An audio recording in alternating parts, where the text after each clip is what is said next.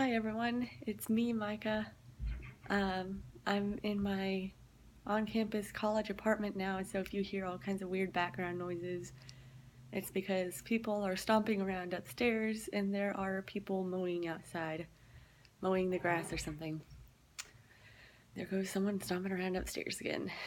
Um, but yeah, and I'm also wearing a robe because it's kind of chilly in here right now because we keep the air conditioning on almost all day. But that's not that's not what I'm going to be talking about today. I'm going to be talking about my visual impairment today because I've mentioned it several times already in the 3 videos I've done so far. So I thought I would just go ahead and make a video about it. So that's what I'm going to do. So the eye disease condition, whatever I have, is called retinitis pigmentosa, or RP for short. And basically what it does is it causes the cells in my retinas to atrophy and deteriorate and die off over time. It's not painful. I don't notice it happening. It's a slow, drawn-out process.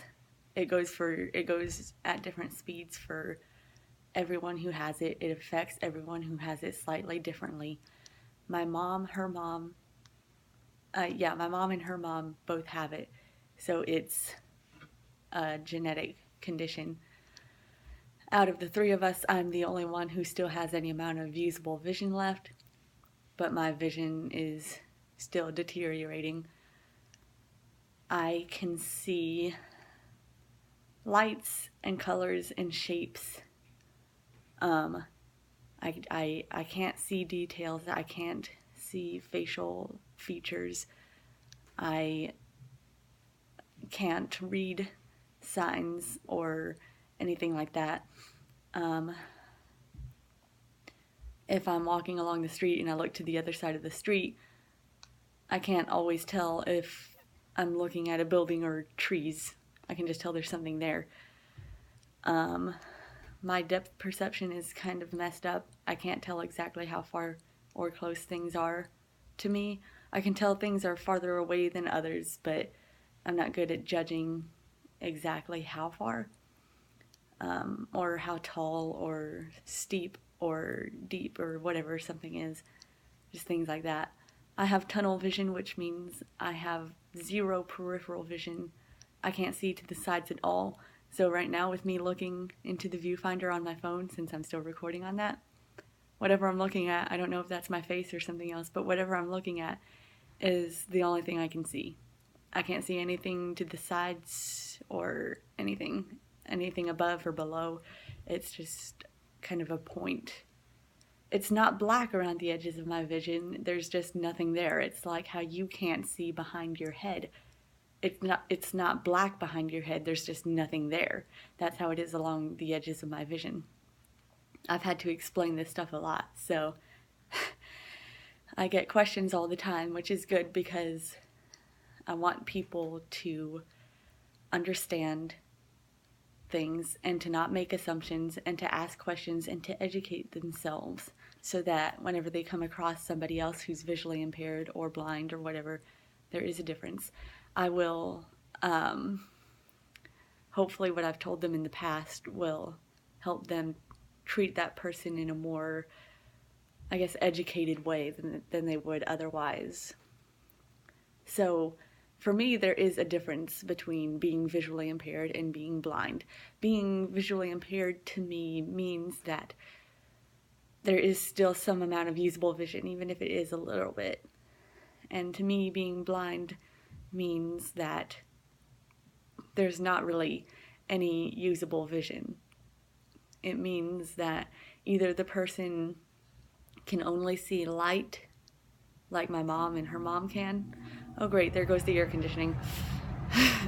So my mom and her mom can only see light. They can tell if the light is on in a room or if the sun is out or that kind of thing, but they can't see shadows, they can't see shapes, they can't see colors. I am not exactly sure how to explain it since I haven't experienced that yet. I probably will at some point because yay, degeneration. But if I understand it right, I think it might be something like looking through a light or looking through thick gauze at a light. Something along those lines. So somebody who has light perception or can't see anything at all, to me that's when I would start saying I'm blind, is when I reach that point where I only have light perception or don't really have any usable vision. But right now I still say I'm visually impaired. So I've sort of talked about what I can and can't see. It's really hard for me to explain that because I've never had perfect vision. So I've never known what sighted people experience. I've never known what they can see. So I don't know how to compare my experience to that. And my vision is still deteriorating. I think it's going a bit faster in my left eye than in my right. Back in April, I started experiencing some pretty rapid vision loss in my left eye.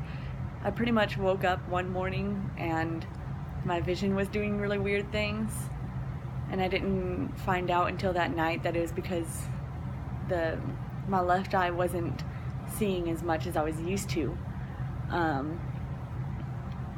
I don't notice it as much anymore.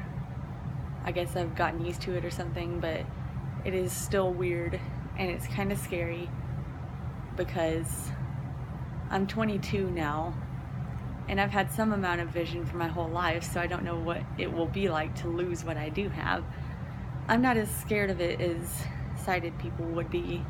That's a whole different rant about how sighted people treat blindness like it's some kind of terminal illness or something.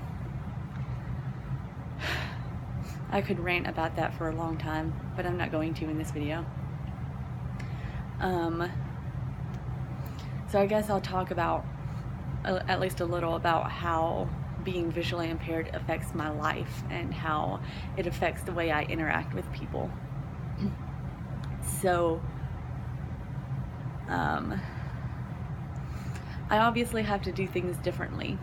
I have to use screen readers on my phone and my computer because I can't see the text on the screen. I have them talk pretty quickly, so I can sort of keep up, but it still takes me a bit more time to do things because I can't just skim through, at least not really. So I have to listen to everything it says. I walk around with a white cane. I should have brought my cane over here before starting this video. I walk around with a white cane to help me navigate easier and not run into things. I take notes on my computer in class. I use braille materials sometimes, audio materials. I'm a music major in college or university, depending on what country you're in and how you use it. So I'm a music major, and I get a lot of my music in braille, and my primary instrument is the trumpet. So whenever I get my braille music, I'll hold my trumpet in my right hand and play it in my right hand, and read the music with my left hand. And I'm really slow at it and I hate it, but I can do it. But I memorize my music as quickly as possible and then play it from memory after that. I can memorize it pretty quickly, so it's okay. In terms of interacting with other people, I often feel isolated from others because of my visual impairment. And I honestly think that my visual impairment has played a huge role in why it took me so long to realize things about my gender, especially. Because I just felt like I just always thought that my sense of isolation only came from me being visually impaired and not from anything else. So it's only been very recently when I started realizing that there might be a bit more to it than that. So it does make me feel isolated, especially because I've often been the only visually impaired person in my immediate surroundings, especially when my mom's not around. Sorry, I think my allergies are starting to act up on me, so my throat's doing weird things.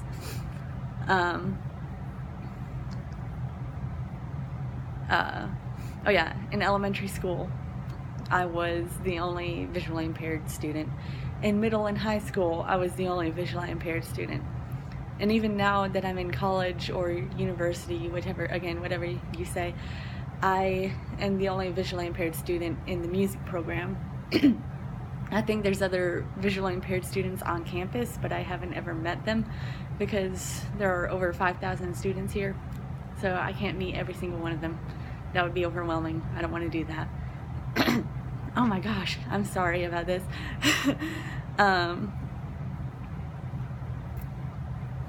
So I do often feel isolated, and even when I'm around other blind or visually impaired people, I don't always relate to them because they all have different amounts of vision and they all experience things differently, just like sighted people all experience things differently.